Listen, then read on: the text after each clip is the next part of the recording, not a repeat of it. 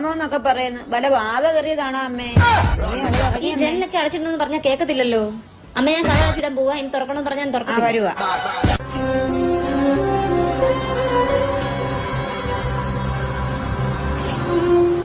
ചേച്ചി ഇത് ഹേമ ചേച്ചിയുടെ വീടാണോ?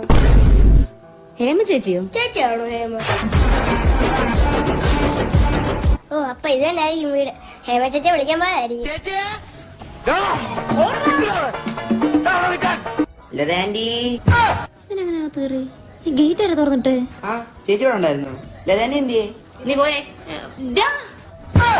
അയ്യോ എന്തോ ചേച്ചി ഈ ചേച്ചി നാളത്തെ